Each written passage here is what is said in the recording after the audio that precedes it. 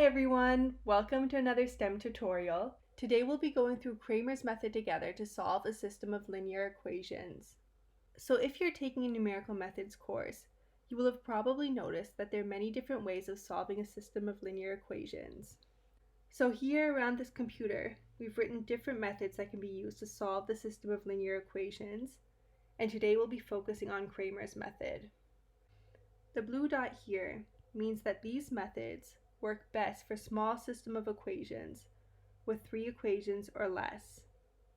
Once we go through the Cramer's process together, you'll see that it's already very time consuming for 3 equations alone, since you need to compute a lot of determinants, which takes a lot of time if you're solving by hand, but is also computationally expensive for computer calculations.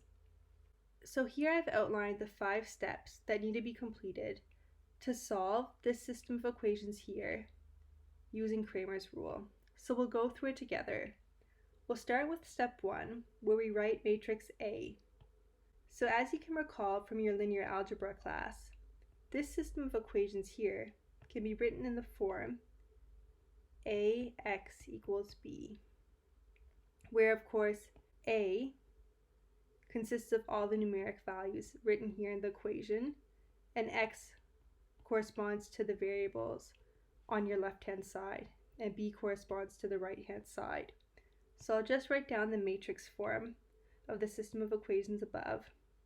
So our A will equal 1, 0, 1, 2, 2, 0, 0, 1, 1.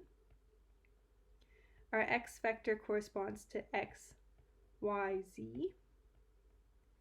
And our B corresponds to 5, 7, 4. So we see here our matrix A. So we've already identified our matrix A and completed step 1. In step 2, we need to calculate the determinant D. So to do this, we'll be relying on a shortcut to calculate the determinant D for a 3 by 3 matrix. So I'll write down shortcut for D. And as you may recall from your linear algebra class, all you have to do for this shortcut to calculate your determinant is you write down your matrix A. So I'll again copy it over, 1, 0, 1, 2, 2, 0, 0, 1, 1. And then you write the first 2 columns again here on the side of your matrix. So 1, 0, 1, 2, 2, 0. And then what you do is you multiply and add these 3 diagonals here. So I'll just write down the steps.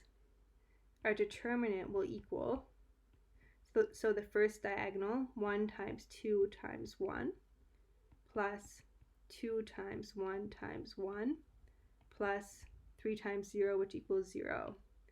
So we add the first 3 diagonals, and then we subtract the 3 diagonals going the other direction, these 3 here. And so if we do this, we have 0 times 2 times 1 plus 0 times 1 times 1 plus 2 times 0 times 1. So again, if we just consider the diagonals, this line here corresponds to the blue diagonals, this line corresponds to the pink diagonals. And so if we add up these values for the determinant, we get 2 plus 2 plus 0, and then from the purple diagonal minus 0. So our determinant equals 4. So with this step, we've completed step 2. In step 3, we need to calculate 3 further determinants. And I'll show you what I mean with this dx, dy, dz. So to calculate our dx, what we need to do, or what this means, is that we're going to take our b here and substitute this b into our first column of A. So we'll be replacing our first column of A with this b vector. So what this will look like is as follows. Our A will now look like 5, 7, 4, 2, 2, 0, 0, 1, 1. And now we'll be calculating the determinant of this matrix here. So like what I've shown before with this shortcut method, we again write our first two columns here on the side. So 5, 7, 4, 2, 2, 0. And then we again look at multiplying and adding our diagonals here, and then subtracting the multiples of these diagonals here. So I'll write down the steps again. Our dx will equal, from the blue line, 5 times 2 times 1 plus 2 times 1 times 4 plus 0 times 7 times 0, which is just 0. So this is the blue. And then we subtract our 4 times 2 times 0. So the first purple horizontal line, plus 0 times 1 times 5, which is just 0, plus 1 times 7 times 2. So just once more for you, the pink line and the blue line. And so then we see that our d of x equals 10 plus 8 minus 14, which will equal 4. So we have our d of x. And so again, now we do the same for our d of y and d of z.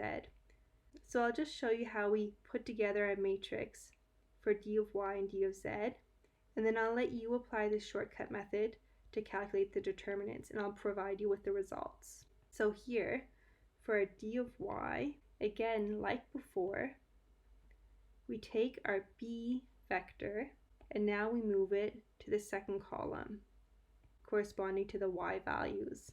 And so our new matrix is going to look like 1, 0, 1.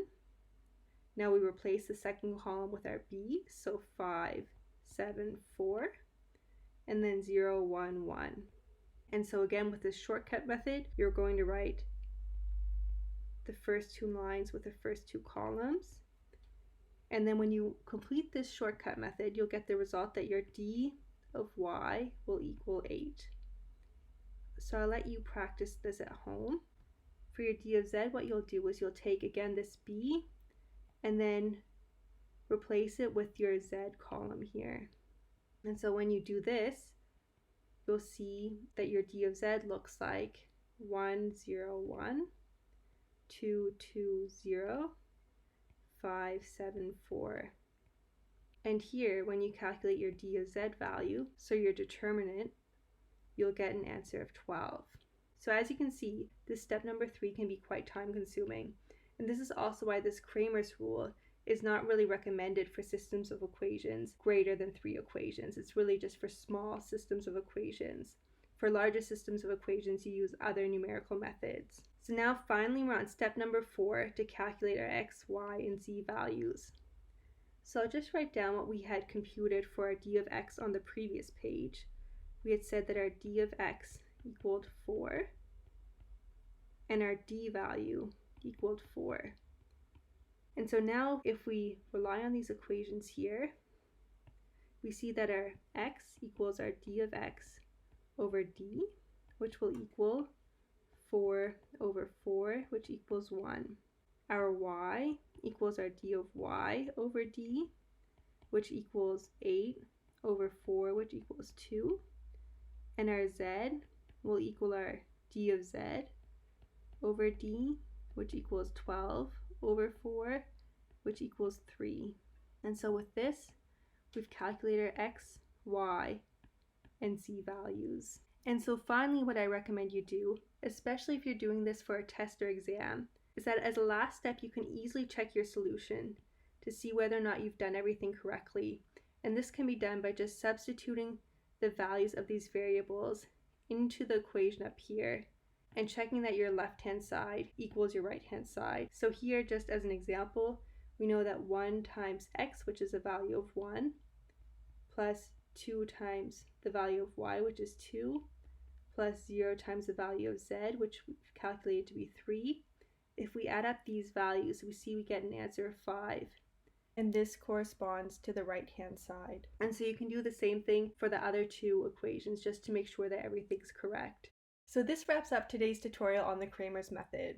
If you enjoyed this tutorial, please hit like and subscribe below, and check out our Numerical Methods playlist on YouTube. Finally, for more exercises and quizzes, check out our website stem-tutorials.com. Thanks for watching.